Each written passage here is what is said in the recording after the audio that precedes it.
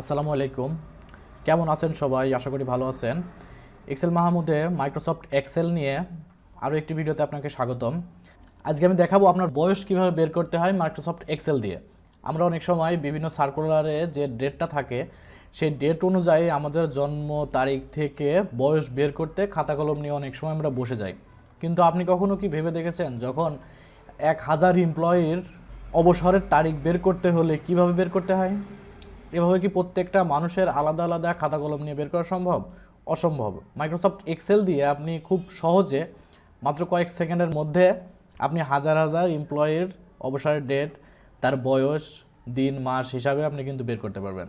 আজকে সেই ভিডিওটি আমি দেখাবো। দেখুন, এখানে আমি বের করে দেখাইছি।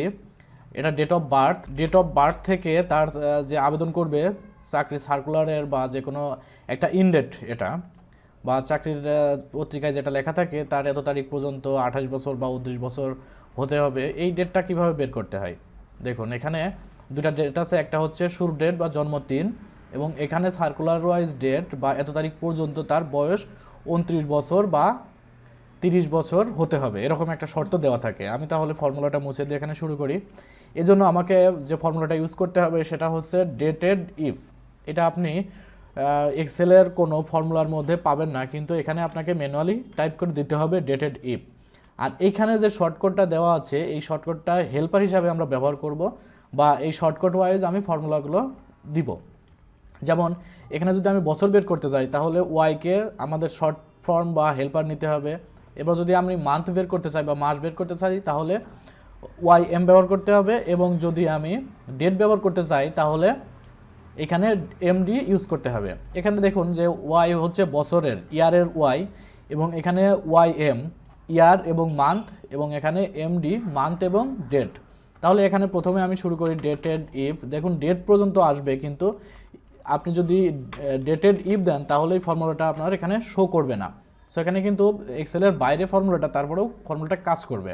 এখন এখানে ফর্মুলাটা দেওয়ার পরে আমি ফার্স্ট ব্র্যাকেট স্টার্ট করব, যে ওকে, এরপরে ফার্স্ট ব্র্যাকেট শুরু করে শুরুর তারিখ বা জন্ম তারিখ বা প্রথম তারিখ বা যেটাই বলেন আপনি, আগের তারিখ, প্রিভিয়াস যে ডেটটা আছে ওই ডেটটা সিলেক্ট করবেন, একটা কমা দিবেন, ইন ডেট বা শেষ তারিখ, বা এখানে যে ডেট পর্যন্ত আপনি চাচ্ছেন সেই ডেট সর্বশেষ তারিখটা এখানে সিলেক্ট করে দেন। অথবা আজকের তারিখ দিতে হলে এখানে টুডে ফর্মুলা ইউজ করতে পারেন, এটা আমি দেখাবো না। এখানে শুধুমাত্র শেষ ডেট দিয়ে দিবেন, এরপরে কমা দিবেন, এখানে একটা ডাবল কোটেশন বা ইনভার্টেড কমা স্টার্ট করবেন। এরপরে এখানে যে ওয়াই বা শর্ট ফর্মটা, ইয়ারের যে শর্ট ফর্মটা আছে সেই শর্ট ফর্ম দিয়ে আবার ডাবল কোটেশন বা ইনভার্টেড কমা শেষ করে আমি ক্লোজ করে দিব, ব্র্যাকেট ক্লোজ করে দিয়ে আমি দেখুন এখানে ডেটেড ইফ, এরপরে শুরুর তারিখ, এরপরে শেষ তারিখ, এবং এখানে আমি কি চাচ্ছি, এখানে বছর চাচ্ছি, এই জন্য সিঙ্গেল একটা ওয়াই দিয়ে কোটেশন দিয়ে ব্র্যাকেট ক্লোজ করে দিলাম। এবার যদি আমি এন্টার দিই তাহলে দেখুন এখানে 30 বছর কিন্তু বের হয়ে যাচ্ছে। ঠিক একইভাবে এখানে আমি যদি মাস বের করতে চাই, ইকুয়াল ডেটেড ইফ, দেখুন dated if first bracket start করব, আবার শুরুর তারিখ কমা শেষ তারিখ কমা, এখানে ওয়াইএম ইয়ার এবং মান্থের শর্ট ফর্ম দেব, ডাবল কোটেশন স্টার্ট করব, ওয়াই দিব, এরপরে আবার এম দিব, ডাবল কোটেশন শেষ করব, ফার্স্ট ব্র্যাকেট ক্লোজ করে দিব। এখন যদি আমি আবার এন্টার দিই তাহলে দেখুন 30 বছর 6 মাস এখানে কিন্তু বের হয়ে যাচ্ছে। এরপরে যদি আমি এখানে আবার দিন বের করতে চাই সেক্ষেত্রে আবার আমাকে একইভাবে ডেটেড ইফ ইউজ করতে হবে, ফার্স্ট ব্র্যাকেট স্টার্ট করতে হবে, শুরুর তারিখ শেষ তারিখ কমা, এরপরে আমাকে ডাবল কোটেশন দিয়ে এমডি মান্থ এবং ডেটের যে শর্ট ফর্মটা আছে সেই শর্ট ফর্মটা, বা উপরে যে আমি হেল্পারটা দেখালাম সেই হেল্পার থেকে আমাকে শর্ট ফর্মটা নিয়ে ফার্স্ট ব্র্যাকেট ক্লোজ করে দিয়ে ওকে ইন্টার করতে হবে। তাহলে দেখুন 30 বছর 6 মাস 9 দিন হচ্ছে। দেখুন তার মানে এখানে সে আবেদন করতে পারতেছে না, বা আপনি এখানে আপনার ডেট ওয়াইজ আপনি আবেদন করতে পারছেন না শর্ত অনুযায়ী। এজন্য আমাকে এখন দেখুন সবগুলো যদি একই সঙ্গে বের করতে চাই, এক ক্লিকে বের করতে চাইলে টোটাল সিলেক্ট করতে হবে 3টা ফর্মুলা সিলেক্ট করে, আমাদের যে ফিল হ্যান্ডেল বলি আমরা, এই ফিল হ্যান্ডেলটা এখান থেকে সিলেক্ট করে আপনি ড্রাগ করেও দিতে পারেন, অথবা এখান থেকে সিলেক্ট করে আপনি ডাবল ক্লিক করলেও এটা পেস্ট হয়ে যাবে অটোমেটিক। দেখুন আমি কোনটাতে আবেদন করতে পারতেছি, যেটা আমার এখনও 30 বছর হয় নাই, আমি এই দুইটা সার্কুলারে আবেদন করতে পারতেছি। ওকে, এখন দেখুন আমি যদি এই 3টাকে একসঙ্গে দেখতে চাই সেক্ষেত্রে কিন্তু আমি এখানে আরেকটা অ্যান্ড ফর্মুলা ইউজ করতে পারি। অ্যান্ড বা আমরা অনেক সময় টেক্সট অ্যাড করি, সেই টেক্সটগুলো কীভাবে অ্যাড করা যায় দেখুন, প্রথমে ইকুয়াল চিহ্ন দিব, বা সমান চিহ্ন দিব।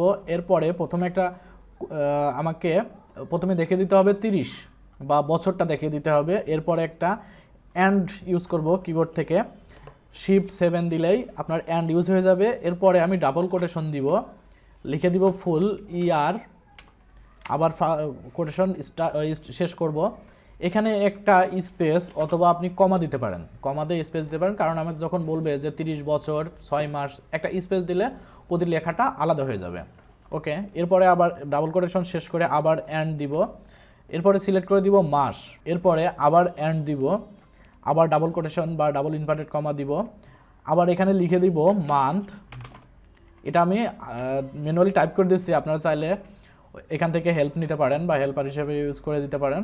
ওকে, এখানে আমি আবার আরেকটা কমা দিব, আরেকটা স্পেস দিব, ডাবল কোটেশন শেষ করে দিব, আবার অ্যান্ড দিব, কারণ এখানে 3টা টেক্সট অ্যাড করতে হবে বা 3টা ভ্যালু অ্যাড করব। এই জন্য দেখুন এখানে 3টা ভ্যালু এখানে সিলেক্ট করে দিচ্ছি। এরপরে দিনটা সিলেক্ট করে দিব, এরপরে আবার অ্যান্ড দিব, আবার ডাবল কোটেশন স্টার্ট করব, এখানে লিখে দিব ডে। ওকে, ডাবল কোটেশন শেষ করব। জাস্ট এতটুকু দিয়ে আমি যদি এন্টার দিই, দেখুন এখানে একটা টোটাল ভ্যালু আপনাকে সামার হিসাবে দেখিয়ে দিচ্ছে 30 বছর 6 মাস 9 দিন। আমি যদি এটাকেও ফিল অ্যান্ডের করে দিই, তাহলে দেখুন এখানে এই ভ্যালুগুলোকে আপনাকে ম্যানুয়ালি অ্যাড করে দেখাই দিচ্ছে যে আপনি 29 বছর 1 মাস 9 দিন। এখানে দেখুন যেভাবে দেওয়া আছে সেভাবে দেখাচ্ছে। আপনি এই ফর্মুলা 3টাকে একই ফর্মুলা হিসাবে ঢুকে দিতে পারেন। যেমন আমি যদি এই ফর্মুলাটা কপি করি, কপি করে এই ফর্মুলাটাকে ডাবল ক্লিক করে এডিট করে দিয়ে এখান থেকে বসিয়ে দেই, দেখুন এখানে মাস। এরপরে এখান থেকে এই ফর্মুলাটাকে ফেলে দিয়ে আমি এখান থেকে জাস্ট ওয়াইএম করে দিব এবং শেষ যে ডাটা অ্যাড করছিলাম এখান থেকে এটাকে ফেলে দিয়ে এখান থেকে সবগুলোতে কমা উঠে যাবে, কমাটা আসবে না। ওকে, এখান থেকে যদি আমি দিয়ে দিই এমডি, এখন যদি এন্টার করি তাহলে দেখুন এখানেও একই রেজাল্ট আসছে। ওকে, ফিল অ্যান্ড করে যদি আমি এখন এই ডাটাগুলো মুছে দিই তাহলেও কিন্তু আমার রেজাল্ট থাকবে, কারণ হচ্ছে আমি এই ফর্মুলাটা টোটাল টেক্সটের মধ্যে অ্যাড করে দিয়েছি। তাহলে আর আমার মনে হয় কোনো চাকরিতে আবেদন করতে হলে খাতা কলম নিয়ে বসা লাগবে না। আপনারা চাইলে এক্সেল দিয়েই খুব সহজে এটার ডেট এবং সব কিছু বের করে নিতে পারবেন আপনি আবেদন করার সুযোগ পাচ্ছেন কি না।